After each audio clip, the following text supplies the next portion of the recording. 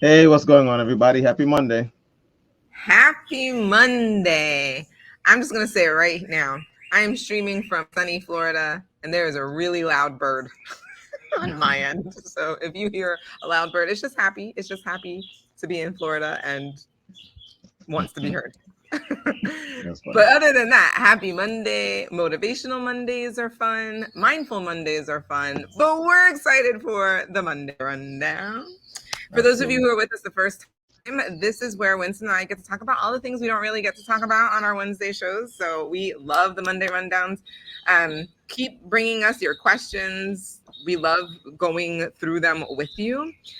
And the reason why we do is because we look to other thought leaders and other content creators to get information and ideas from them as well. And so that way we can all share in the pool of wisdom and knowledge. Absolutely. And today's question is, or topic is an interesting, an interesting one. So let's jump into it. Should we be leaving America? Yeah, who sent this in? No, Um, uh, yeah, it's so funny. I was literally just having a conversation about this with my parents yesterday, um, about how we really need to think about this. We've been oh, thinking wow. about it for a long time. Apparently, I didn't know how much they were thinking it too. I thought I was alone in this thought. So, I think what's really interesting though is that my parents are immigrant parents, just like Winston and his parents, and um, there was this time when it was like, and I don't think this is going to change right away, but just this idea that like all your hopes and dreams and aspirations, like the idea that America has just like held possibility Yeah. was here.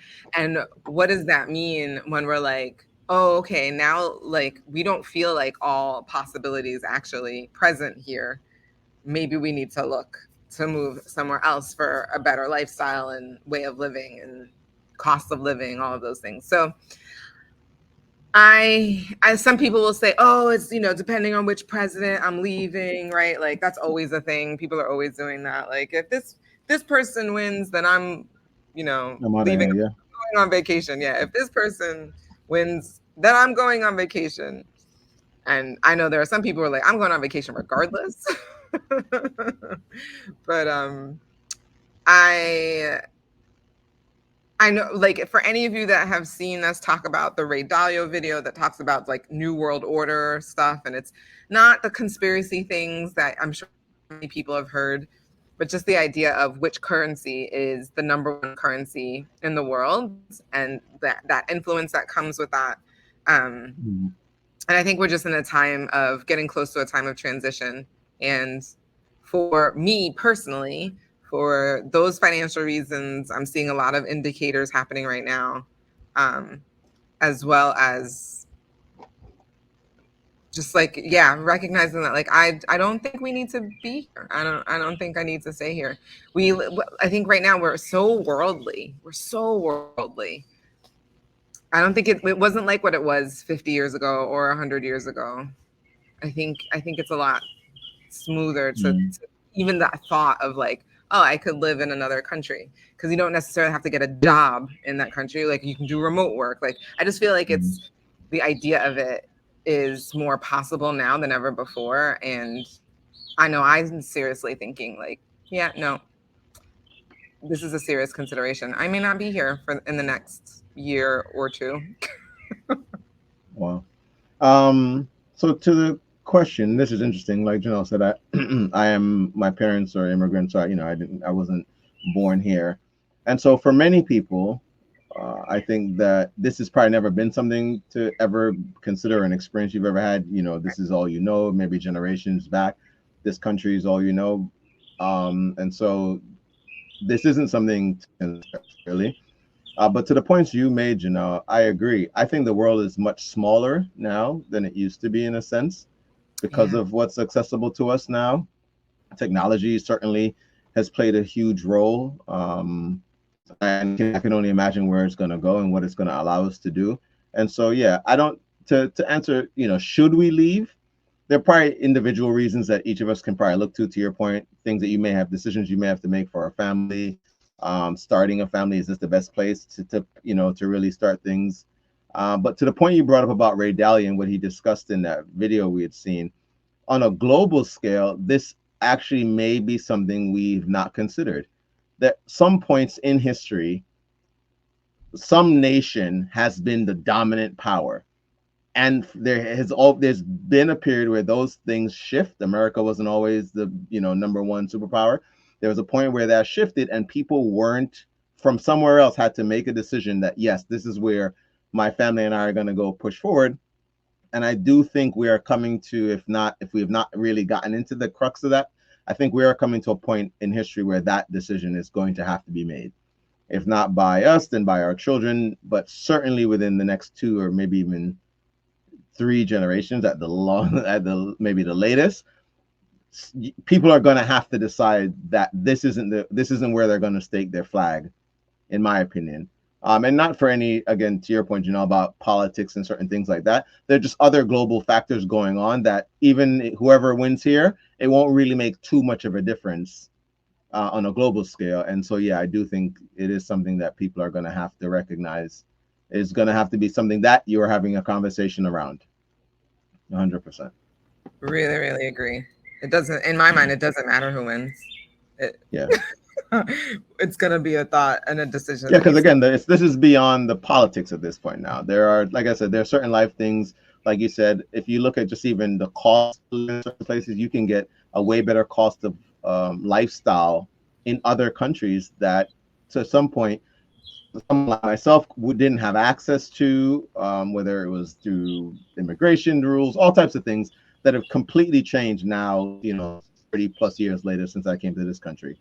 So certainly for other people, my son and so on, they're going to have a much easier time to be able to branch out and do other things. There are opportunities that'll be out there that weren't around for or our parents, like you said.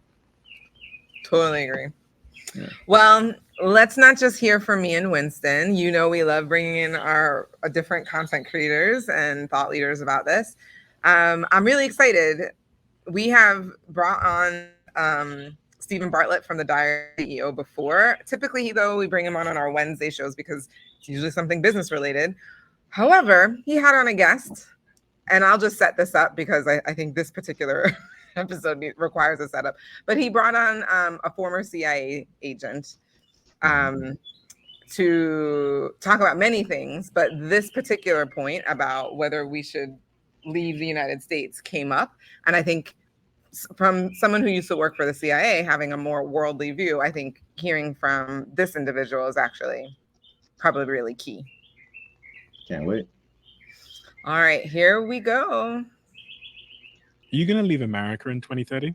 I'm going to try and leave America in 2027. I read that somewhere. Why are you going to try and leave America in 2027? So I think the United States is going through a very difficult time right now. And I think most people understand that. We are a young country. No matter how much we think that we are the best in the world, we are actually going through the early part of our adolescence as a nation. And you can see it playing out every day in the headlines. You can see it in our role in geopolitical events. You can see that we're suffering in terms of trying to identify ourselves. We don't know, do we want to be a real democracy? Do we want to be kind of a partial democracy? Do we want to treat everybody as equal? Do we not want to treat everybody as equal? We're struggling in the same way that you and I did through middle school, right? My children mean the world to me. And what I want to do is give them a life where they have the choice to do anything they want to do. Unfortunately, I don't believe our country for the next 5 to 10 years is going to be the kind of country that allows children of today to choose and be whatever they want to be. I think our country has some growing up of its own to do before we really offer people equal access to opportunities. So for me, if I was my 11-year-old son, when I turned 15 or 16 years old and I start to really care about something, I would like to be in a place where I can explore that thing. I don't think that's going to be in the United States. I think that's going to be in Europe. I think it's going to be in the Middle East. I think that's going to be in Latin America, where he will have all the advantages of the world outside of the United States. What do you think about what's going on at the moment with geopolitics as it relates to like China and the US? There's a bit of a power struggle going on, and there has been, but a lot of people forecast that China is eventually going to overtake, or maybe it already has, the US as the sort of global economic force. Are you preparing for that? Do you think it's going to happen? I think that there's two realistic outcomes and there's one less realistic outcome. The most realistic outcome is that the United States and China continue to compete and reach parity, equality with each other. That's the most realistic outcome. Maybe the United States remains 10% bigger. Maybe China gets 2% bigger economically. But they approach parity, they approach equality. I don't want to live in the United States when it loses so much status that another country reaches economic parity. Think about that for a second. The world is accustomed to one superpower. Once there are two superpowers, everything changes. There's two massive languages, and you're going to have to choose which language you speak. There's two currencies. Which currency are you going to save your money in? There's competing priorities. There's competing politics. There's equally massive, sophisticated militaries. When you are in one of those two countries, at the moment that they reach parity, you are in the most dangerous position, because the number one target for China will be the United States. The number one target for the United States will be China. Right now, there's not parity, there's not equality. So the United States has to worry about everybody. And China doesn't really have to worry about many people at all. But as that equality gets closer and closer, there's more and more threat. Think about it in business terms. When you're the industry leader in your business, Google, you don't have to worry about much. You have to worry about all the little guys, but nobody's really a direct threat. But as soon as somebody else rises to meet you, you have to worry about it. The leader used to be Yahoo, right? Yahoo had, it's like to lose and gain parity with Google only to then be eclipsed, right? So most probable outcome, we reach parity. Second most probable outcome is that China does supersede us by small amounts, right? 5% GDP, 10% GDP. And the United States has to regain its momentum to try to gain back the edge. So now you have this cycle back and forth, right? Where for 5 years, China is the leading GDP. For 5 years, the United States is the leading GDP. And you have this waffling back and forth, which makes you even less secure than if you were in direct parity. But that's a scary place as well. You still have to lose all the influence to get there. And when you're there, you never know how long it's going to last. do you think we're already engaged in a form of World War III? Yeah, absolutely. I think World War III is already happening. I think World War III is not what people think it was going to be. I think people were afraid that World War III was somehow going to look like another World War II. Instead, World War III is a war of proxy nations. It's a war where smaller third world countries are competing against each other, and they're being funded by larger countries that are actually in conflict with one another. Ukraine and Russia. US is funding Ukraine. Russia's obviously taking care of itself, but the real conflict in Ukraine isn't about Ukraine. It's about the West versus Russia. Same thing's going to happen with Taiwan and China. When the time comes that China makes its biggest move on Taiwan, it's already made the small moves on Taiwan. When it makes its largest move on Taiwan, it's going to become a question of China versus the West and whoever supports Taiwan. So going back to where we started then, the average Joe. The average Joe is listening to this conversation now. What they really want is to make their life better in whatever subjective measure that they consider better to be. They want to start that business. They want to launch that project. They want to get outside of this sort of emotional prison that they live in, where their life is dominated by perception, what they think, their own sort of confines of their identity. What is the sort of closing argument and closing advice you give to that average Joe to liberate themselves so that they can pursue whatever they want to pursue? So the most important thing is to take action. That is the most, even if it's the wrong action, if you take the wrong step, if you take the first step in the wrong direction, the difference between you and the person who doesn't take a step at all is the world. You have to take the first step. You have to take some kind of action. Just taking action, show that you're not trapped by fear. You show that you're willing to challenge your own perception of the world and try to gain some perspective. It doesn't matter what that action is. I don't care whether you read a book, whether you buy a program, whether you sell your first prototype. Take some kind of action, because 9 out of every 10 people are not going to take any action. You already have an advantage just by trying. And so few people understand that. They think there's some kind of advantage in waiting.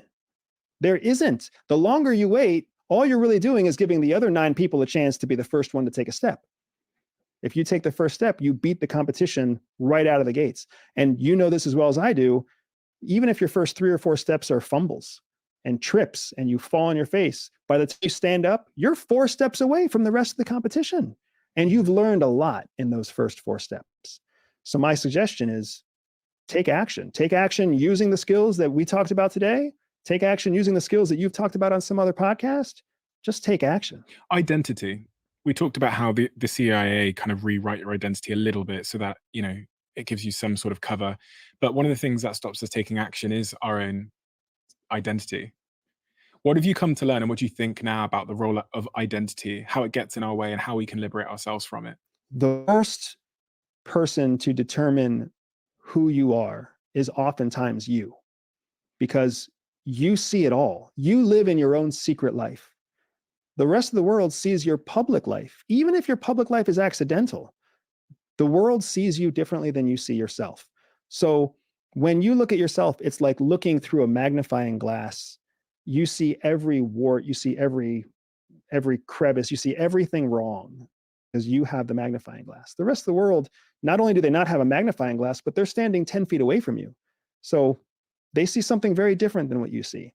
So a lot of times, whatever you think about yourself is actually inaccurate when you apply it against the test of perspective, because what other people see and what other people think of you, you are usually very wrong from what they think. We have a closing tradition on this podcast where the last guest leaves a question for the next guest, not knowing who they're going to be leaving it for.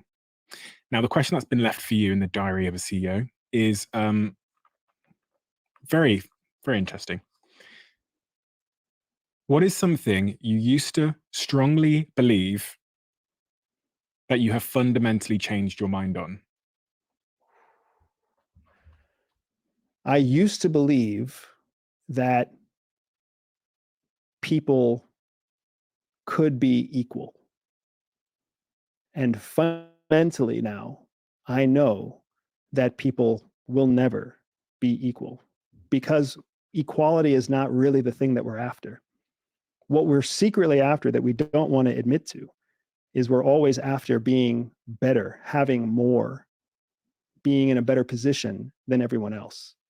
So we will constantly strive to take advantage of secrets, to take advantage of opportunities, to find an edge that we do not share with other people.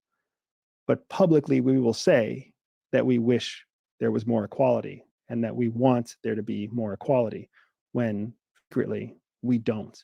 I used to be one of those people, wanted everything to be equal. And now I am one of those people who is very happy in a world where things are not equal. Why? Because I see through the noise. I understand that what we want isn't what we actually say. So these politicians that are saying, maybe on the left, that are saying, we want equality, we want everyone to be equal, you think they're bullshitting? Absolutely. That's not what they want. What do they want? What they want is more of the current status quo, which is to have conflict with the opposite side. And what they also want on top of that is to be in a position where the masses trust the politician to be in control over more aspects of the population's life. If you love the Diary of a CEO brand and you watch this channel, please do me a huge favor. Become part of the 15% of the viewers on this channel that have hit the subscribe button. It helps us tremendously, and the bigger the channel gets, the bigger the guests. Hit that subscribe button, folks. 100% hit that subscribe button, because that conversation was really interesting. So he brought up what we were essentially alluding to, what the Ray Dalio video talks about, is like when two economies like get parity. But I think, when one eclipses the other. And I think, did he explain that really well? But I think the other thing that he explains that the Ray Dalio doesn't necessarily get into is, what is it like to be a person living in a country when that happens? Because it in my mind, I'm like, I don't know. It was kind of vague, right? Like I just kind of felt like, I don't know. It feels like that may not be the best. But he kind of made it clear, like, if you're living in that country, one of the two, they're always going to be targeting each other. So you're always like living in a country that's kind of like I don't know. I mean, I guess the US feels like they've been on alert since 9/11, but it just kind of feels like on alert. Yeah.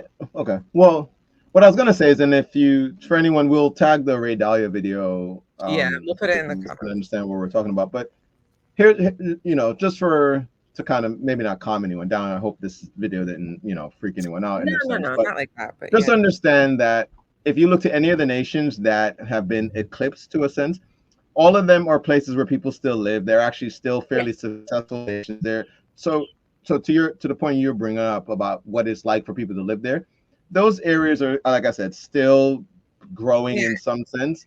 But it is something as recognizing, and it really depends on how deep any of us are really into recognizing things like when inflation and things like that are adjusting.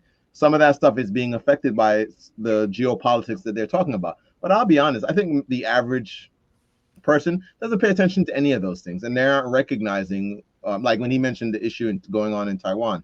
Those are things that you may see in the news, but you're not understanding what he's talking about, that larger play that's going on. And so I don't think this really affects a lot of people.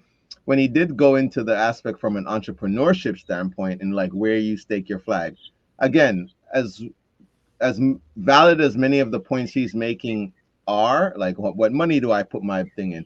I think you're gonna find, and this is what I think happens, you're gonna find people who are gonna be there to help with that shift and transition, and that might be an industry or market that opens up.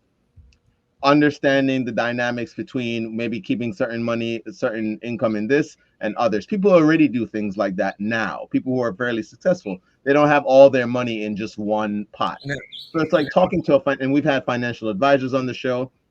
You know, educating yourself around things like that is what I think. And everyone, he mentioned doing something, you should go grab a book and educate yourself on these things if you have any semblance of fear, because again, this has happened multiple times throughout history. And I don't believe, to his point, this is something that's going to happen. What did he say? When did he say he was trying to leave? 2027. So in his mind, a few years. The guy asked in 2030. Things like that. They've also had, they speculate these things, and then you never know what can happen, and it shifts the timeline. So I don't think anyone should be putting their house up for sale. But if you're like maybe you and your family have been considering this before, then yeah, I definitely agree that this is probably similar to him. You should probably start making plans to be out of here in the next 2-3 years, or maybe be international. Maybe you have a place here, and yet you could also have your residency somewhere else. There are tons of tax benefits to all those things. I actually looked into something. What is it called? There's this when I was talking about doing like opening a trust and having some money and stuff moved, and it talked about why it's better to be a global citizen, having visa in certain places, owning an LLC in one place or a holding company in another place to move money around. So there's a ton of benefits where the wealthy have been doing much of the things that would allow for them to not worry whether or not the US doesn't stay on top, if that makes sense. You can position yourself to benefit from this, it's interesting. So we're on the side of like, we want everybody to benefit from the information that we're sharing and learning. I also think it's really interesting. In the Ray Dalio video, they talk about like one of the other signs. Okay, so one of the bigger tipping points is entering into wars that the country the former superpower could no longer afford. Was like one of the tipping points. But even one of the other softer signs, that's like a harder sign, right? But one of the softer signs was many of the wealthy just started to leave the country because they saw the signs and they decided to move on elsewhere. Again, because we're a part of a global, our world is way different from 50 years from, I was doing the math. World War II was when it switched from the United States to America. That was like one of the more recent changes. That's about 80 years ago, you figure. So 80 years ago, it was harder to move from one country to another. We weren't like the global economy that we are now. So, or like you couldn't really be a global citizen like you can now. Yeah, so, multiple passports, all that stuff was all, yeah. Yeah.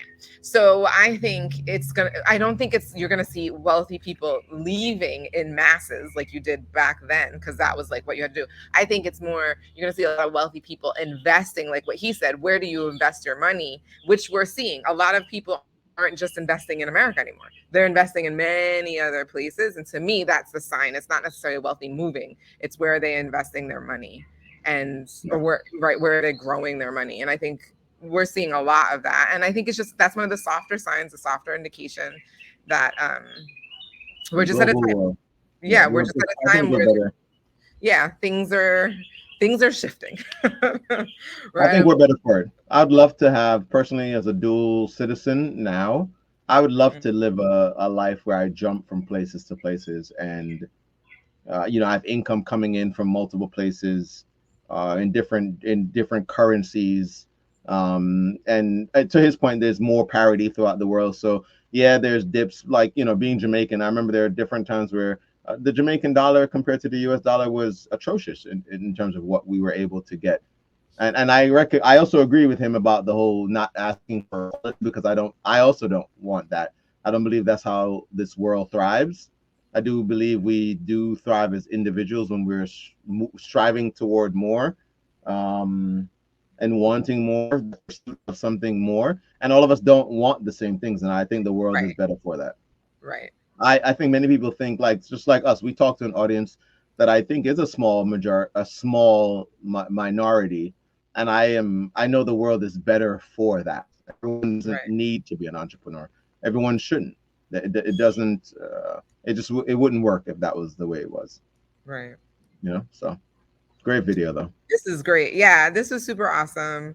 If this really helped you, please, or you have like a thought that you're like, oh my gosh, right? Like if this is a new concept for you, any of those things, please put it in the comments. We want to hear it. We want to have conversation with you guys and dialogue about this. This is awesome. And so that wraps up today's show. We look forward to seeing you next Monday. But until then, as always, remember, you deserve the good life.